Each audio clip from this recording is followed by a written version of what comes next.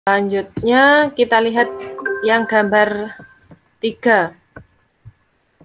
Yang gambar 3 ini, coba gimana itu yang gambar 3? Dilihat dari bayangannya.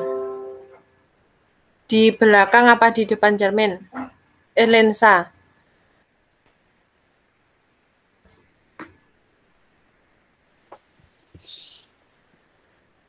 Bayangannya ini di depan lensa apa di belakang? Apa? Bayangan yang gambar 3 ini di depan lensa apa di belakang lensa? Di depan. Ini depan, ini belakang. Nah, bayangannya di sini. Berarti di depan apa belakang lensa? Belakang. Di Belakang. belakang. Kalau di belakang tadi bayangannya bersifat Kalau di belakang bersifat nyata. nyata. Terus gambarnya ini kebalik apa tegak? Kebalik. Terbalik. Ukurannya Kecil.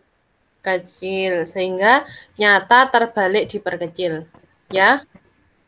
Iya. Terus gambar 4. Bendanya ini ada di depan cermin apa di belakang cermin bendanya? Lensa, mohon maaf. Di depan ya. Kalau bayangannya di depan apa di belakang lensa? Bayangannya di depan lensa. Iya, di depan. Kalau di depan nama bayangannya? Bayangan itu tegak. Nyata. Apa? Maya. Maya. Ya. Kalau maya sama nyata, itu tergantung letak bayangannya. Kalau bayangannya di depan lensa, namanya bayangan maya. Kalau bayangannya di belakang lensa, namanya bayangan nyata. Iya. Coba, gimana tadi? Kalau di depan lensa namanya bayangan? Kalau di depan lensa itu bayangan itu apa? Maya. Maya. Kalau di belakang lensa? Itu apa? Nyata. Ya. Terus dilihat dari model bayangannya ini tegak apa terbalik? Yang itu yang 4 ya. Ya, Yang 4 itu terbalik. terbalik. Terus ukurannya Kecil. kecil, jadi diperkecil. Nah, dari sini, ini tadi kan ada 4 gambar. Nah, kita cocokkan dengan tabel untuk lensa. Nah, ini enaknya Ustazah pindah dulu biar enak membandingkan. Sudah? Di foto dikirim di GC. Ini saya ginikan biar enak. Kelihatan apa enggak kekecilan? Kelihatan. Nah, kita cocokkan ya. Ini kan ada beberapa tabel apa ini? Tabel posisi benda, sifat bayangan, dan letak bayangan pada lensa. Kelihatan jelas apa buram? Jelas. Jelas ya. Nah, ini kan ada gambar yang saman perbesar ya biar kelihatan. Iya, sudah. Kalau nyata tegak diperkecil, apa ada di sini? Coba dicek. Nyata tegak diperkecil. Yang gambar 1. Nyata terdekat tuh nggak ada. Nggak ada. Berarti ini tidak ada ya di lensa cembung. Yang A ini 1 ini salah berarti ya. Iya. Lalu untuk yang kedua, maya tegak diperkecil. Yang kedua, maya tegak diperkecil. Iya. Nggak ada. Nggak ada. Berarti salah ya yang 2. Terus yang ketiga, nyata terbalik diperkecil. Nyata terbalik diperkecil. Ada. Ada. Ketika posisi benda di ruang 3. Terus letak bayangannya sama ya ini. Di belakang kan ini. Iya. Ya, berarti sama yang benar yang nomor 3. Nomor 4, Maya terbalik diperkecil. Apa ada? Maya terbalik diperkecil enggak ada. Tidak ada. Jadi jawabannya 3. C ya. Iya. Ini bisa balikkan biar enak. Nah, ini nanti Ustazah kirim kalau sudah selesai pembahasannya, Ustazah kirim di email ya.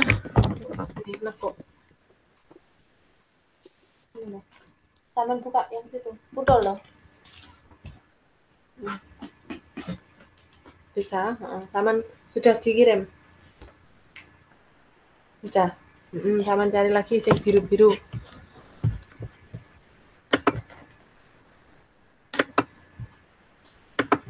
Nah, ini sudah ya. Kita lanjutkan ke ruang-ruang untuk bayangan. Jadi ini tadi kan ada macam-macam letaknya ya. Ada benda ketika di ruang 1, benda ketika titik fokus di ruang 2, di pusat kelengkungan di ruang 3. Nah, ini beda-beda nanti. Hasil bayangannya beda-beda tergantung pada posisi benda untuk lensa cembung ya. Nah, ini gambarannya di ruangnya. Jadi kalau benda di sini, ini benda di sini ini berarti tempatnya di sini. Ruang 1, 2, 3 urutannya. Ruang 1, 2, 3. Nah, kalau benda di ruang 1, nanti bayangannya di sini. Ya? Iya. Kalau benda di ruang 2, bayangannya di sini. Benda di ruang 3, bayangannya di sini. Benda di ruang 4, bayangannya di sini. Ya, urutannya 3, 2, 1, 1, 2, 3, 4. Ya. Nah, sekarang kita lihat di sini. Ini kalau gambar di sini, maka bayangannya di sini. Kayak tadi. Ruang 3, bayangannya di pojok. Ruang 2, bayangannya di sini. Nah, sifat-sifatnya beda-beda, yaitu ini. Kalau di ruang 1, Maya tegak diperbesar. Di ruang 2, nyata terbalik diperbesar. Di ruang 3, nyata terbalik diperkecil. Nah, ini menyesuaikan tempatnya benda. Ini tadi ya. Jadi bayangan di lensa cembung berubah-ubah sesuai dengan tempat bendanya. Iya. Nomor 1 bisa dipahami? Iya. Gimana? Sudah? Ini tugas apa? Sudah. Yang kedua toh.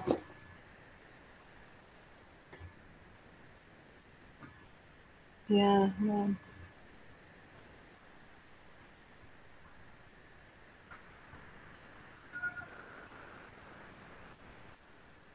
Coba ini dilihat. Nih.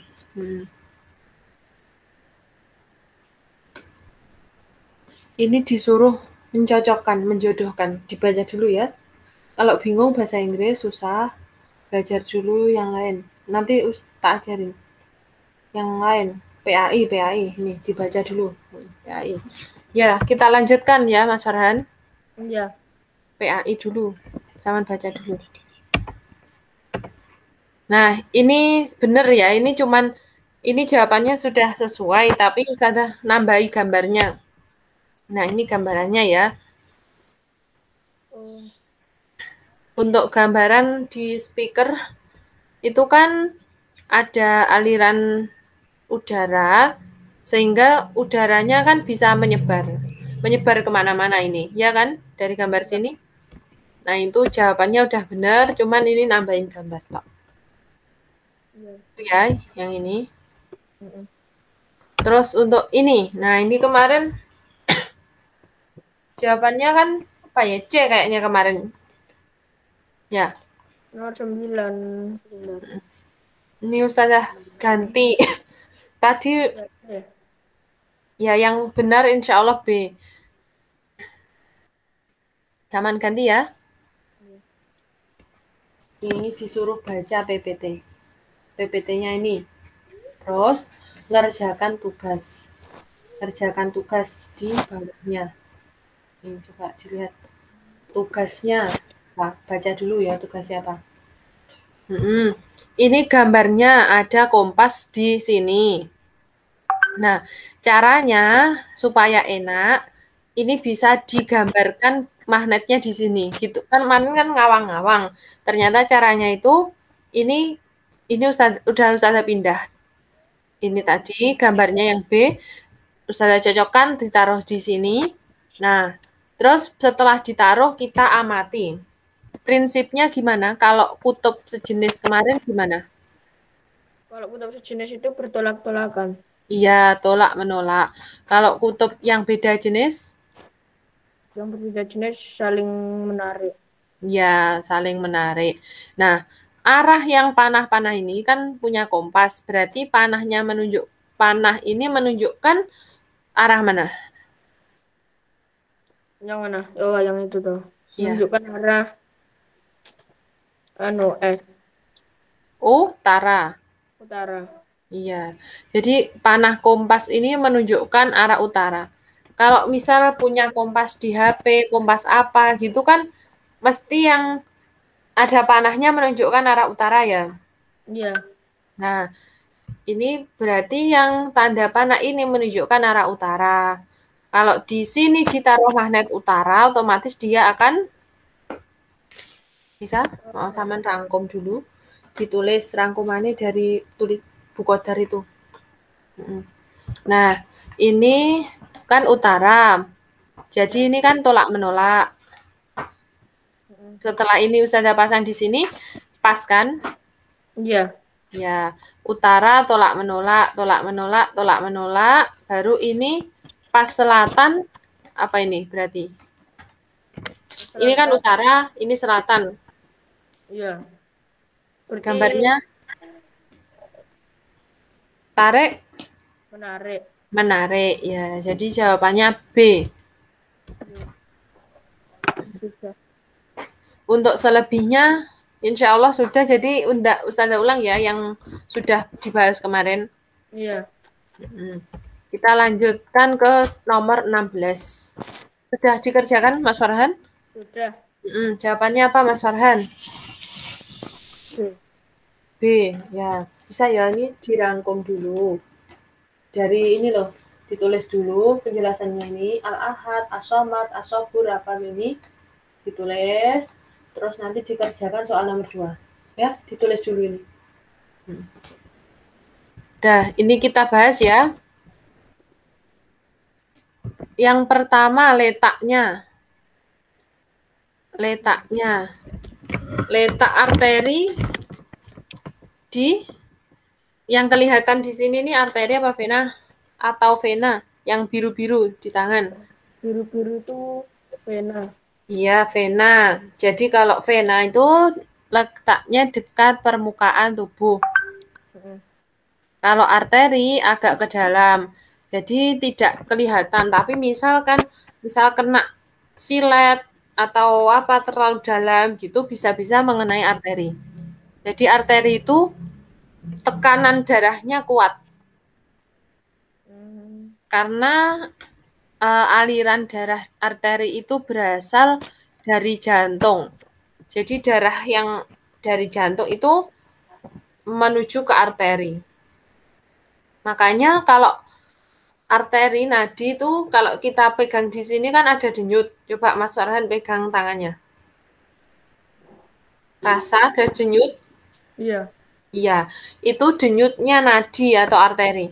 Coba pegang yang biru-biru ini kira-kira denyut enggak? Yang biru tapi jangan ditekan yang biru. Gerak. Iya, yang biru ini tapi enggak sebanter nadi kan? Iya. Ya, kalau nadi harus dipencet karena letaknya di dalam. Nadi itu arteri. Kalau nadi itu harus dipencet karena letaknya di dalam, sehingga itu menunjukkan kalau tekanannya kuat. Ya. Iya. Kalau yang vena itu letaknya di luar, jadi itu tidak kuat. Yang warnanya biru itu kan tekanannya rendah. Ya. Letaknya berarti benar. Terus dilihat dari pembuluhnya. Kalau arteri gimana? Kalau arteri itu letaknya agak ke dalam.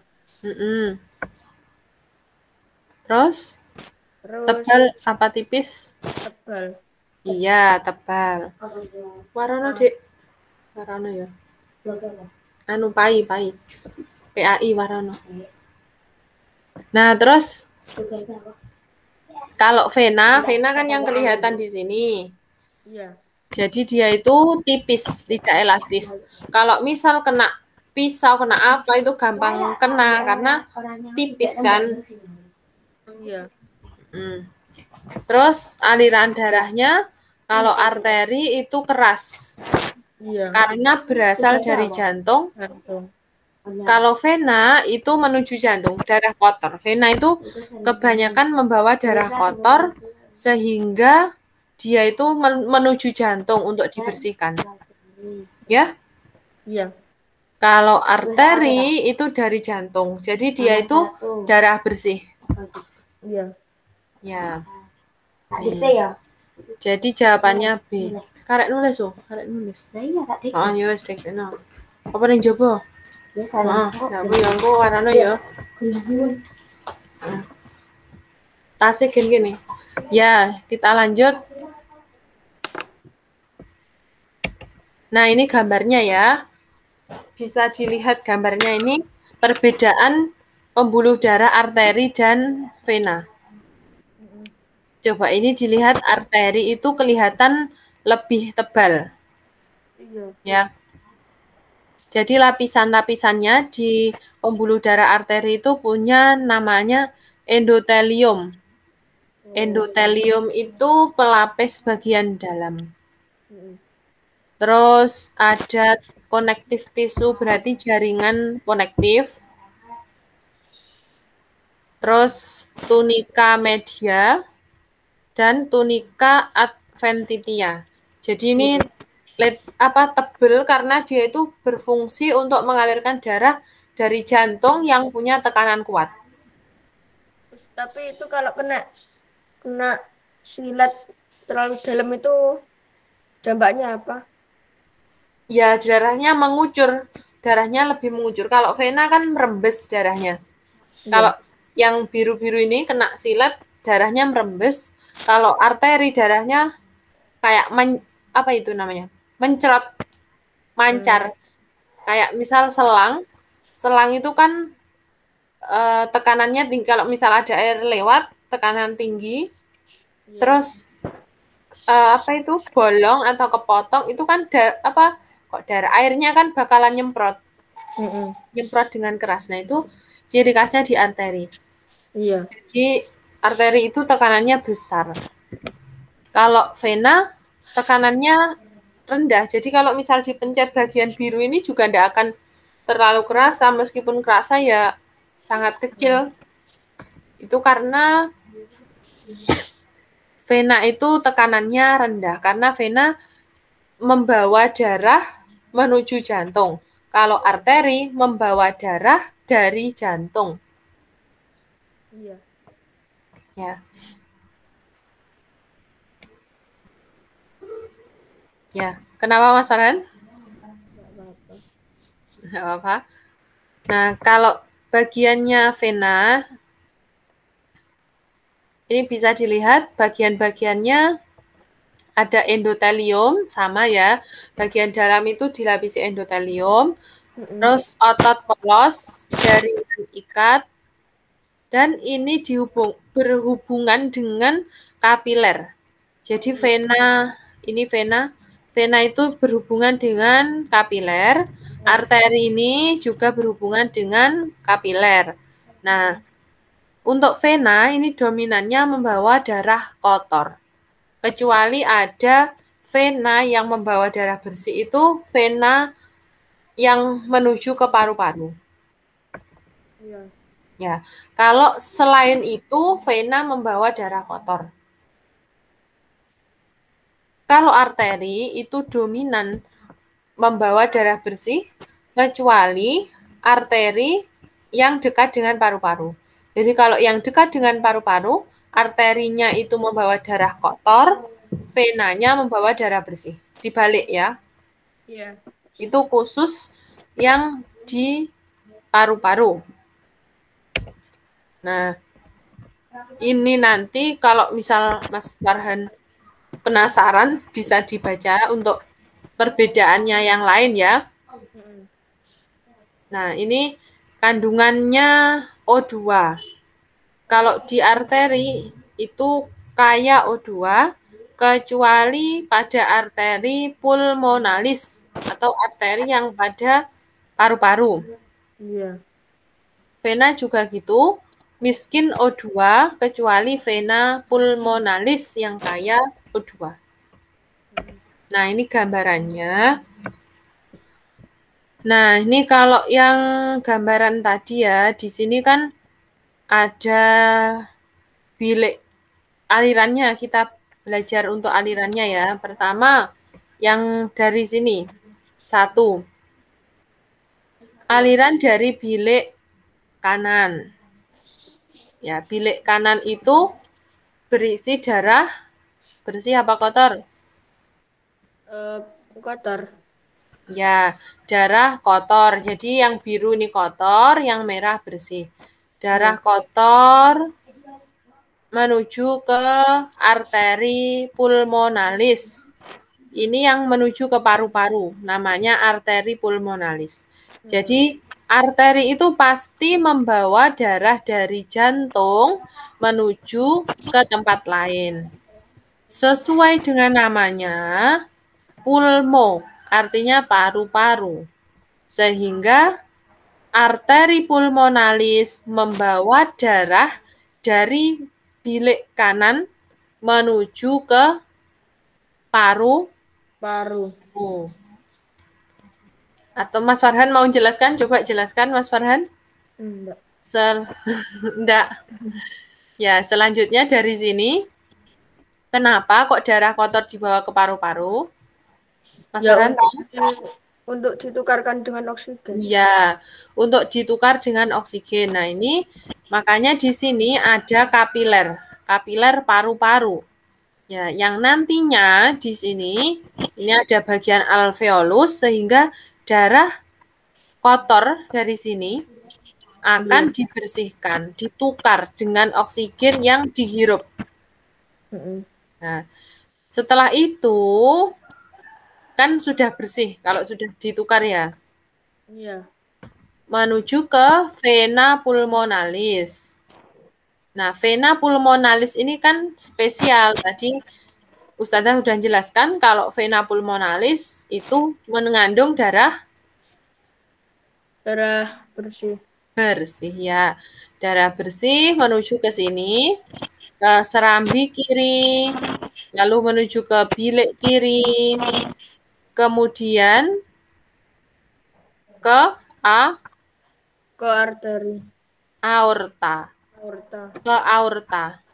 Ke aorta menuju ke seluruh tubuh. Ke kepala, dada, tangan, dan seluruh tubuh. Jadi aorta ini adalah pembuluh nadi atau pembuluh arteri terbesar. Yang membawa darah bersih ke kapiler darah kepala, dada, tangan, dan sebagainya ke seluruh tubuh. Kemudian dia ini kan sudah menuju ke seluruh tubuh. Akhirnya kan darahnya kotor lagi. Iya. Karena sudah menuju ke seluruh tubuh, darahnya kotor lagi menuju ke vena cava. Vena cava. Nah, vena cava ini ada 2. Vena cava superior dan vena cava inferior. Iya. Kalau vena cava superior itu menerima darah yang berasal dari daerah kepala yang atas. Kalau vena cava inferior itu menerima darah dari bagian bawah, ya kaki, terus paha, pokoknya yang bagian bawah tubuh itu. Bagian tubuh bawah. Setelah itu menuju ke sini, terus menuju ke serambi kanan. Nah, serambi kanan ini nanti balik lagi dibersihkan. Itu ya. Iya. Nah, ini kalau ini tadi kan yang bagian atas. Nah, ini sama prosesnya, tapi ini yang bagian bawah. Bawah ini berarti perut dan kaki, ini ke bawah. Sama aja dengan yang tadi, tapi ini alirannya darah ke bawah, kalau yang ini aliran darahnya yang ke atas. Itu untuk proses peredaran darah. Jadi kalau di manusia itu punya peredaran darah kecil atau besar. Manusia itu peredaran darah besar. Iya, kenapa kok peredaran darah besar? Ya karena itu apa tahu? Manusia enggak tahu. Karena dalam sekali edar, darah itu menuju ke paru-paru dan juga ke seluruh tubuh. Kalau peredaran darah kecil itu hanya ke paru-paru. Kalau peredaran darah besar berarti ke paru-paru dan juga seluruh tubuh. Itu yang ada di manusia, di mamalia, dan juga di reptilia. Iya. Ya, tapi di reptilia sekatnya belum sempurna. Sekat ini kan kalau di mamalia sudah sempurna. Sekatnya antara bilik dan serambi, antara serambi kanan dan serambi kiri itu sudah sempurna. Tapi kalau untuk di reptilia, bedanya itu belum sempurna sekatnya. Oh iya. Tapi sama-sama ya sama kayak gini peredaran darah besar, tapi belum sempurna sekatnya. Kita lanjut ya. Iya. Nah, nomor 17 jawabannya apa? Gambar di bawah ini menunjukkan proses yang disebut autotomi. Ya, autotomi. Apa itu autotomi? Itu apa tadi jenenge? Memisah apa? Lupa. Ya, memisahnya bagian tubuh dari makhluk hidup, di mana nanti setelah terpisah, bagian tubuh tersebut bisa tumbuh lagi. Kalau mimikri apa? Enggak tahu. Ini gambarnya, ini mimikri. Apa ini? Mimikri itu gimana? Ini coba diamati. Yang gambar ini contoh dari mimikri.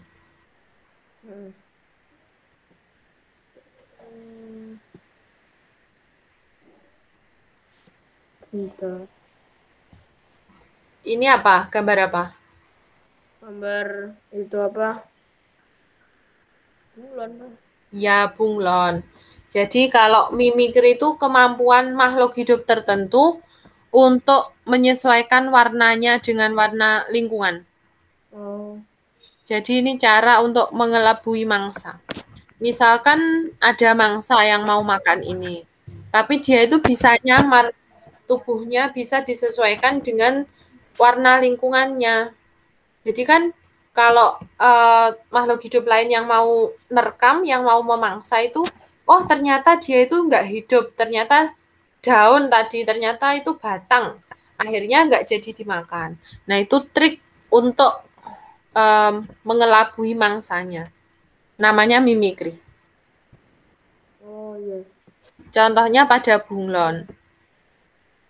Kalau ekdisis, apa Mas Farhan tahu? Enggak tahu. Ekdisis ini gambarnya apa ini?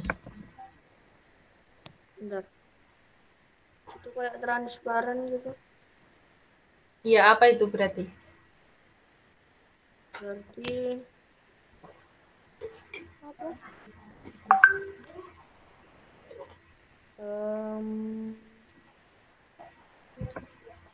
Itu kulitnya apa? Iya, pergantian kulit ekdisis itu. Oh, Jadi ini contohnya itu di hewan insekta, di serangga, dan juga di ular. Ya, pernah tahu ulat nelungsungi? apa? Nelungsungi. Kalau bahasa Jawa ini nelungsungi. Oh, enggak pernah. Ya, itu namanya kalau ilmiahnya ekdisis, kalau bahasa Indonesianya pergantian kulit, kalau bahasa Jawanya nelungsungi. Hmm. Ya, jadi ini fungsinya untuk peremajaan kulit. Kalau kita di manusia itu biasanya nglodoki. Tahu kalau nglodoki? Enggak. Hmm.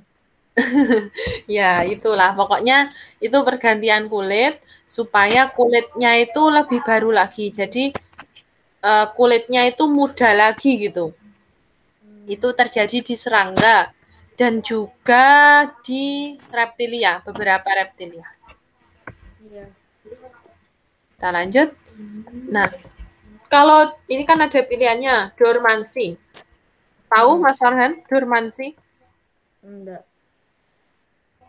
Dormansi itu ini proses beristirahatnya suatu tanaman, bagian tanaman atau jaringan walaupun dalam kondisi pertumbuhan optimum untuk menunjukkan pertumbuhan sewajarnya. Iya. Nah, singkatnya dormansi itu proses ini apa ya, awet menjadi biji gitu. Iya. Ya, jadi supaya itu bisa untuk berkembang nanti, nggak saat itu juga. Jadi itu dormansi jadi biji gitu. Iya. Kan misalkan itu nggak jadi biji kan otomatis akan tumbuh terus, banyak gitu kan Hmm. tanaman itu. Nah, makanya ada peristiwa dormansi jadi biji. Nah, nanti peristiwa dormansi itu bisa dipatahkan, maksudnya bisa diakhiri ketika ada air, ketika ada nutrisi. Jadi kan nanti kalau ada air, apa yang terjadi pada biji? Kalau ada air yang terjadi itu apa tak tumbuh? Ya kan berkecambah dan tumbuh. Nah, jadi dormansi itu memang disengaja oleh tumbuhan supaya dia itu awet. Misal mau ditumbuhkan berapa tahun ke depan masih bisa. Gitu ya. Iya. Nah, intinya gitu. Dormansi itu supaya menjaga benih itu awet dan kalau misal mau ditumbuhkan tinggal ditambahkan nutrisi air itu bisa tumbuh sendiri. Itu namanya dormansi. Hmm. Ada yang ditanyakan? Enggak. Nah, ini gambarnya untuk autotomi tadi. Nah, di autotomi ini contohnya di cicak, di tokek itu kan. Hmm. Ini misal putus. Original tail berarti ekor asli. Ini putus, terus dia membentuk restricted tail. Ini ekor yang sudah baru. Oh. Nanti itu lama-lama ada muncul kecil gitu. Muncul kecil gitu. Terus lama-lama akan memanjang. Oh, gitu. Jadi putus, terus tumbuh baru, lama-lama memanjang seperti ekor asli. Iya. Namanya ini ekor yang sudah hasil autotomi. Tapi kalau diperhatikan sekilas ya enggak kelihatan. Cicak itu gampang autotomi karena dia biar bisa kabur. Kabur dari musuh. Kan kalau putus ekornya kan nggak kena dia, bisa kabur sendiri gitu ya. Oh iya. Itu triknya dari cicak supaya dia bisa kabur dan tidak kena musuh. Iya. Kadang itu kalau Ustazah malah geli sama ekornya kan kadang masih gerak-gerak hidup sendiri. Nah, Selanjutnya 18 jawabannya apa Mas Farhan? 18 itu 11.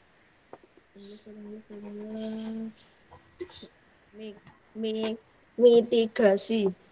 Ya, mitigasi. Mitigasi itu upaya mencegah dampak negatif akibat bencana.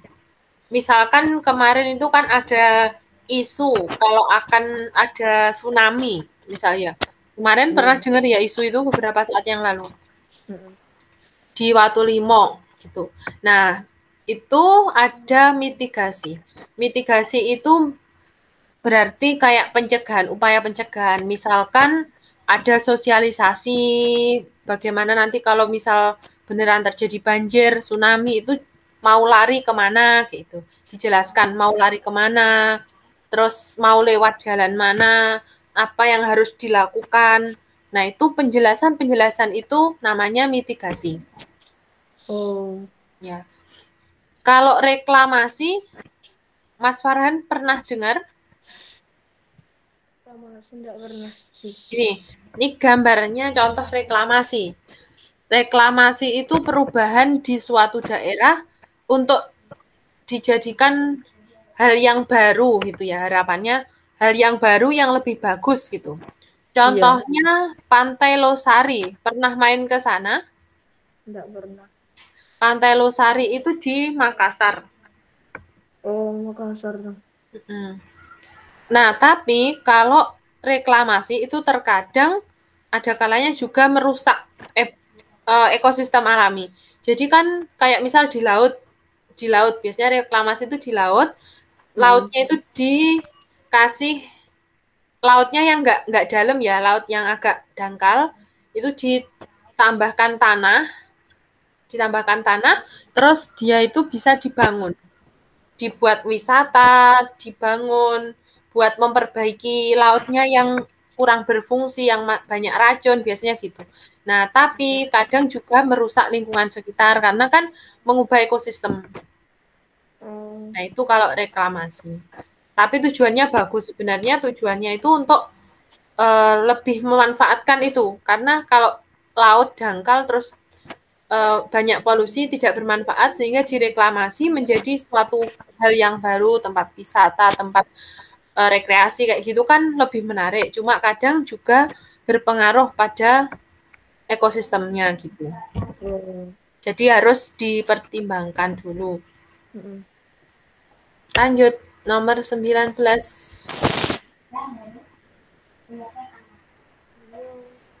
Itu C.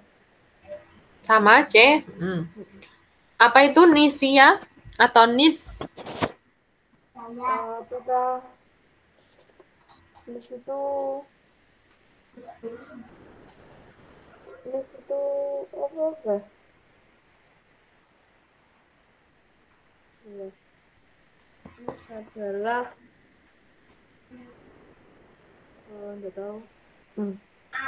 NIS, nah nih.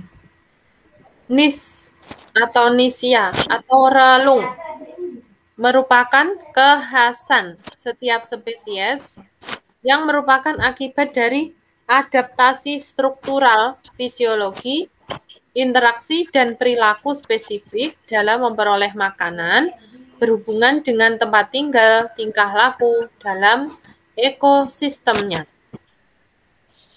Kalau habitat itu alamat organisme dan Nisia merupakan profesi organisme. Jadi gini enaknya, habitat itu tempat tinggalnya. Misal Mas Farhan tinggal di mana? Di Sumber Gedong. Sumber Gedong. Habitatnya berarti Sumber Gedong, gitu ya. Terus Nisianya Mas Farhan apa kalau di rumah? Nisianya Profesi. Ya pelajar. Belajar sebagai anak dan sebagai siswa yang mau belajar gitu ya.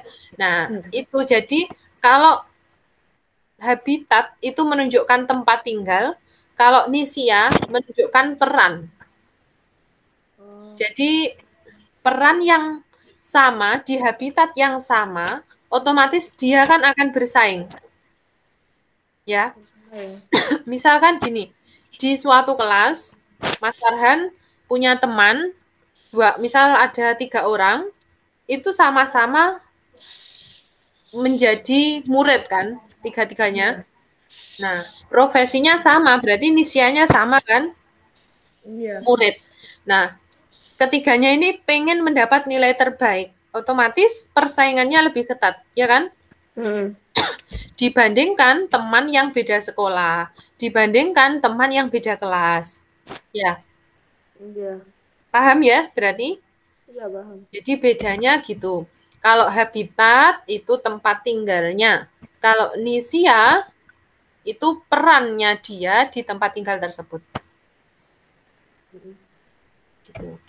Bisa dilanjut? Lanjut.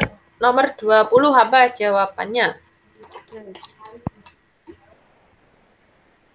C. Ya, C betul. Di lambung. Organ pencernaan yang memiliki nilai pH sangat rendah adalah lambung. Nah, pH itu kalau sekitar 1 sampai 6, pH-nya itu asam. Iya. Kalau 7 dan 8, 7 atau kadang juga 8 itu biasanya pH-nya apa? Netral. Netral. Kalau 9 ke 14 itu biasanya basa atau alkalin. Oh. Nah, kalau di lambung itu pH-nya kurang dari 3.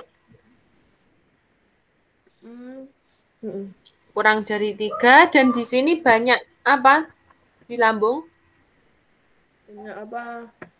Namanya? pH apa? H? H. HC? HCl. HCl. Iya, asam klorida. Oh, asam klorida. Di lambung itu banyak terdapat asam atau asam klorida. Sehingga dengan adanya asam klorida itu menyebabkan pH lambung lebih rendah karena kan bersifat asam. Iya. Ya, fungsinya apa asam klorida? Fungsinya untuk membunuh bakteri. Bakteri itu jahat. Ya, bakteri yang masuk. Kan misal kita beli makan di tempat yang kumuh, ya enggak kumuh banget sih, yang tempat terpapar udara kan ada bakterinya ya di situ. Pasti di makanan itu ada bakterinya entah sedikit atau banyak. Nah, bakteri itu bisa dibunuh oleh HCl yang ada di dalam lambung. Nah, itu fungsinya dari HCl. Jadi fungsinya HCl itu untuk membunuh bakteri di dalam lambung.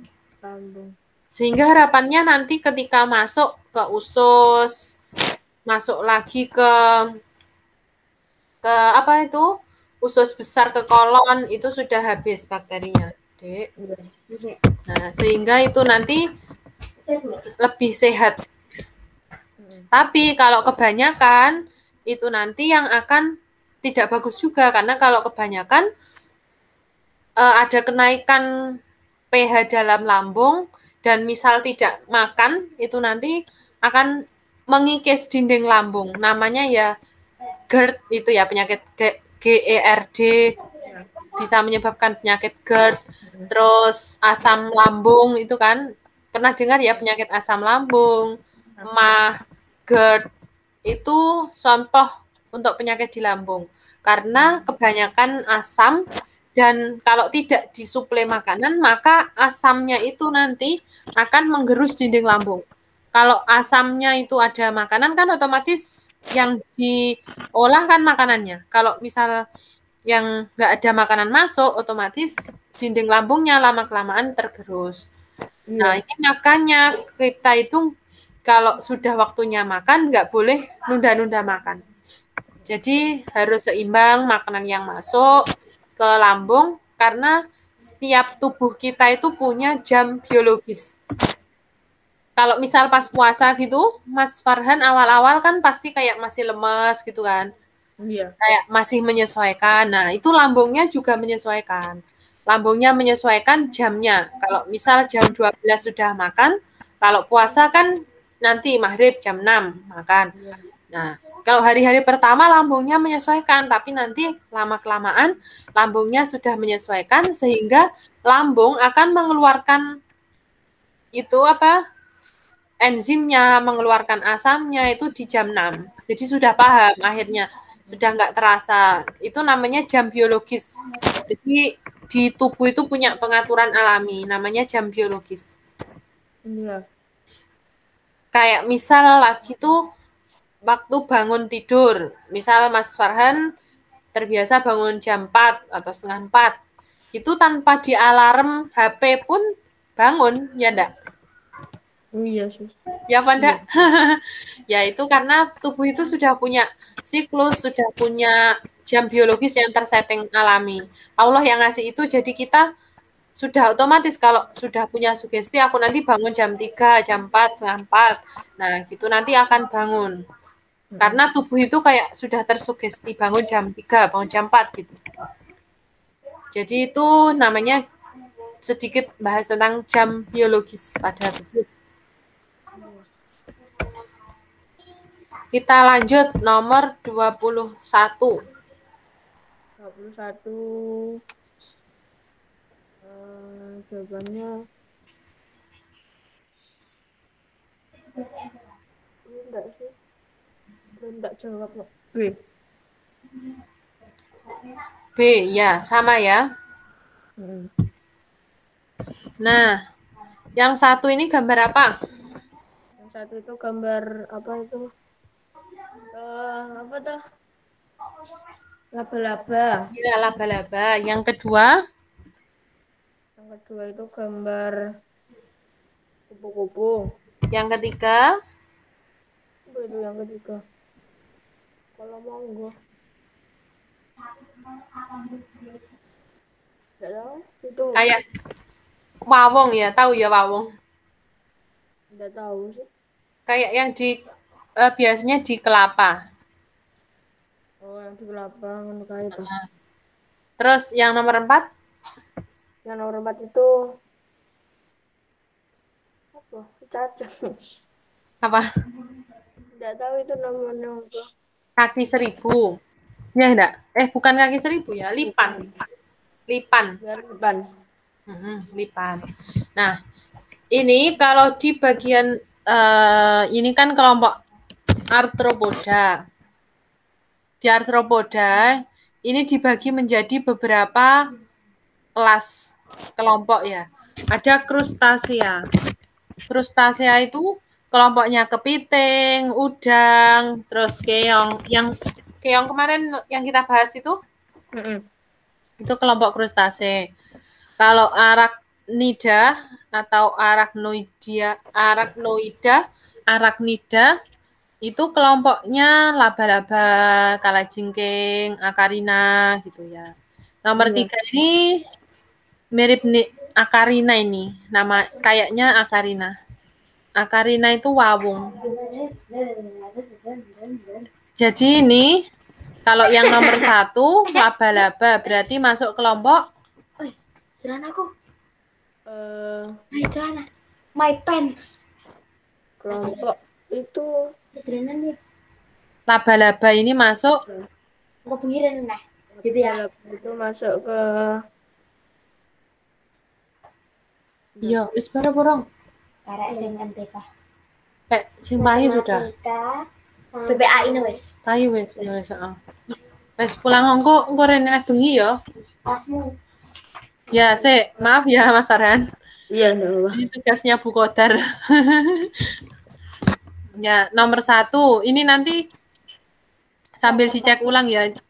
Iya. Yang nomor 1 ini laba-laba. Coba dicek kakinya ada. Ini kan 4 pasang. 4 pasang ya. Ya. Wis diupload apa orang gue mau? Sudah. 1, 2, 3, 4. Bener ya, sama ya? Benar. Iya. Ya. Terus ini yang nomor 3 berapa pasang? Yang nomor 3 itu 1, 2, 3, 4, 5, 6, 7. Jadi 4. Ya 4 pasang. Berarti 1 dan 3 ini sama. Ini saya salah nulis B. Terus yang nomor 2. Nomor 2 itu kelompoknya kupu. Ya ini kalau asli kelihatan ya kakinya itu. Ini karena gambarnya kecil enggak kelihatan. Terus ini Mriapoda jelas beda. Jadi jawabannya 1 dan 3. Oh. Jadi ini kalau misal ini kan ini Ustazah nambahi keterangannya ini. Iya. Kalau misal bingung, mentok, itu bisa dilihat dari gambarnya. Dilihat persamaan cirinya. Kalau yang nomor 4, ini kan banyak kakinya. Iya. Tidak tak terhingga. Nah, kan pasti beda dengan nomor 1 dan 3. Dan 2. Iya. Kita lihat yang paling mirip. Paling mirip itu dilihat dari kakinya biasanya. Dan juga kalau kelihatan jelas gambarnya, itu juga dilihat dari segmen. Segmen tubuh itu bagian tubuh. CT plus A, berarti bagian cepalotorak. Cepalotorak itu berarti kepala, cepal itu kepala, torak itu dada, gabung. Ya kan, gabung kan? Iya. Tidak ada apa lehernya kok, gulu, tidak ada lehernya. Ya kan ini? Ini tidak ada lehernya. Jadi cepalotorak gabung, terus abdomen. Abdomen itu perut.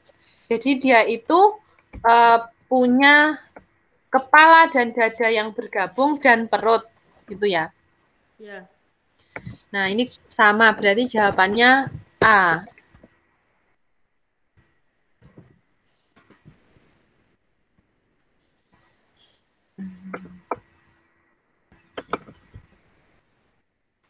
Tadi nomor berapa?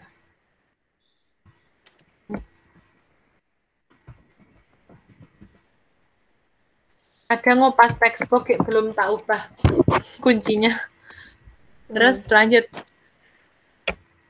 Nomor 22 apa jawabannya? A. A? Kenapa kok A? Bentar.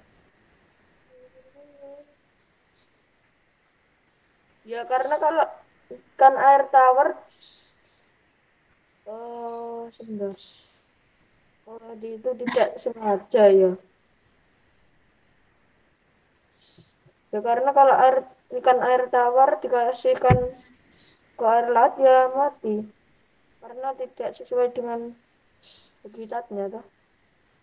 Coba kita bahas ya.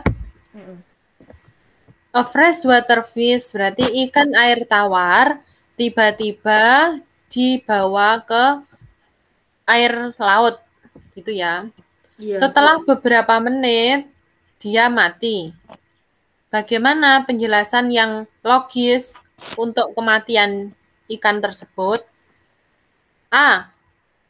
Ikan itu kehilangan air karena tekanan osmosis di dalam sel di organ yang penting menghasilkan kematian sel dan kerusakan organ.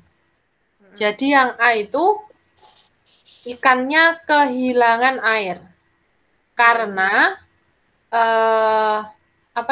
kemasukan garam gitu ya.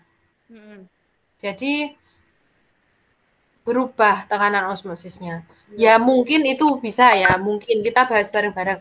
Itu mungkin bisa karena di air laut garamnya kan banyak, otomatis garamnya kan masuk ke tubuh ikan, dan kalau garam masuk otomatis nanti di dalam tubuh ikan akan lebih salty, akan lebih bergaram gitu, akan lebih pekat gitu ya. Jadi udah berubah. Itu yang pilihan pertama. Coba yang B. Salt diffuse into all the fish cells, causing them to swell and in some cases lysis. Garam menyebar ke semua sel limbah menyebabkan mereka membengkak dan dalam beberapa kasus lysis. Iya. Mirip ya, A sama B ya, mirip. Garamnya masuk, dia bengkak, lysis gitu ya. Iya. Terus yang C. The kidneys were not able to keep up with the water removal necessary in this hyperosmotic environment, creating an irrevocable loss of homeostasis. Ginjal tidak mampu mengikuti pembuangan air yang diperlukan dalam lingkungan hiperosmotik. Ini menciptakan hilangnya homeostatis yang tidak dapat dibatalkan. Ya, yang C itu berarti kita bahasnya ke ginjal. Kalau A dan B tadi masih bahas sel, ya A dan B. Yang C kita bahasnya ginjal. Yang di ginjal itu kita bahas kalau ginjalnya nggak kuat ketika itu ditaruh di tekanan hiperosmotik. Apa itu hiperosmotik? Mas Farhan tahu? Tidak tahu. Hiperosmotik itu osmotiknya tinggi karena konsentrasinya tinggi. Tekanan osmotiknya tinggi karena konsentrasinya tinggi sehingga dia kehilangan homeostatis. Jadi dia itu nggak seimbang. Terus yang D? Yang D, insang menjadi bertatahkan garam, mengakibatkan pertukaran gas yang tidak memadai dan mengakibatkan sesak napas. Ya, yang C insangnya. A dan B bahas sel, C bahas ginjal, D bahas insang. Dan pilihannya senada, sama. Jawabannya apa kira-kira setelah kita baca bersama-sama? Itu apa? Apakah tetap A atau berubah? A sih, ya aku. A. Kalau Ustazah pilih C. Gimana kalau C? C itu ginjal tidak mampu mengikuti pembuangan air yang diperlukan dalam lingkungan hiperosmotik. Ini menciptakan hilangnya homeostatis yang tidak dapat dibatalkan. Oh, kalau itu aku. Ya, ini gambarnya ya. Jadi ini berkaitan dengan homeostatis. Jadi bahasan di homeostatis. Homeostatis itu cara untuk mempertahankan keseimbangan hewan di dalam lingkungannya. Jadi kita itu meskipun manusia itu juga punya homeostatis. Kalau misal kita di lingkungan kita kan tropis. Misal kita tiba-tiba pindah di lingkungan dingin, yang dingin banget, otomatis kan kita kayak tidak kuat gitu. Kalau misal naik ke gunung, terus pada saat musim dingin, itu kan akan menyebabkan kayak mimisan, terus kedinginan kayak gitu. Nah, itu namanya homeostatis. Untuk di hewan, contohnya ikan air tawar dan ikan air laut, itu juga terjadi homeostatis. Ini kaitannya dengan ginjalnya. Coba dilihat gambarnya yang ini, bawah. Nih, air tawar. Ikan air tawar itu punya ciri khas pengeluaran airnya banyak dari ginjal. Kan dia hidup di air tawar, pengeluaran urinnya banyak. Dia itu ngambil air dan ion-ion dalam makanan, garamnya oleh insang, dan tekanan osmotiknya ada di permukaan tubuh. Nah, ini kan ciri khasnya dia itu ginjalnya sudah terkondisikan. Ginjalnya itu sudah sesuai untuk pengeluaran air dalam jumlah, pengeluaran air dalam urin yang jumlahnya banyak dari ginjal. Jadi ginjalnya ikan air tawar itu sudah disesuaikan dengan tempat hidupnya, gitu ya. Iya. Kalau dia tiba-tiba dipindah, ginjalnya itu otomatis kan susah untuk mengkondisikan. Kalau di air laut, itu yang banyak pengeluaran ion garam dan sedikit air dalam bentuk urin. Jadi kan sudah beda. Jadi kalau Ustadzah cenderung C karena ini untuk mempertahankan homeostatis yang berkaitan dengan ginjal. Jadi kemampuan ginjalnya untuk mengatur bagaimana suhu tubuhnya tetap stabil, tekanan dalam tubuhnya tetap stabil itu dengan banyak urin. Kalau di air tawar, sedikit urin kalau di air laut gitu.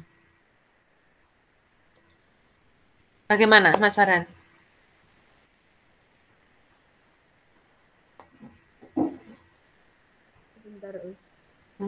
Nanti kalau masih bingung, coba ditanyakan ke Mama ya.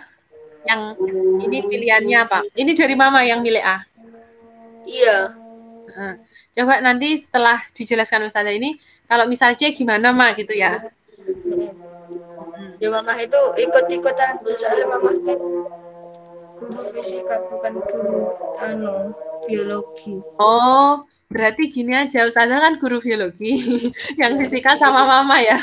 Iya. Fisikanya nggak usah dibahas sama Ustazah atau gimana? Ya kan aku ya lebih baik gitu sih. Iya, betul. Soalnya Ustazah itu kan lulusannya dari biologi. S1 S2-nya biologi. Terus Mama kan fisika toh. Jadi cocok. Nanti fisikanya sama Mama, biologinya sama Ustazah gitu aja ya. Iya. Soalnya Ustazah menjelaskan fisika juga harus belajar dulu. Kalau biologi kan sudah lama belajarnya gitu ya. Itu ya, nanti tak bilang Mama. Ya. Terima kasih Mas Farhan, tetap semangat ya. Insya Allah September kita bertanding. Semangat. Kita tutup ya. Assalamualaikum warahmatullahi wabarakatuh. Waalaikumsalam warahmatullahi wabarakatuh.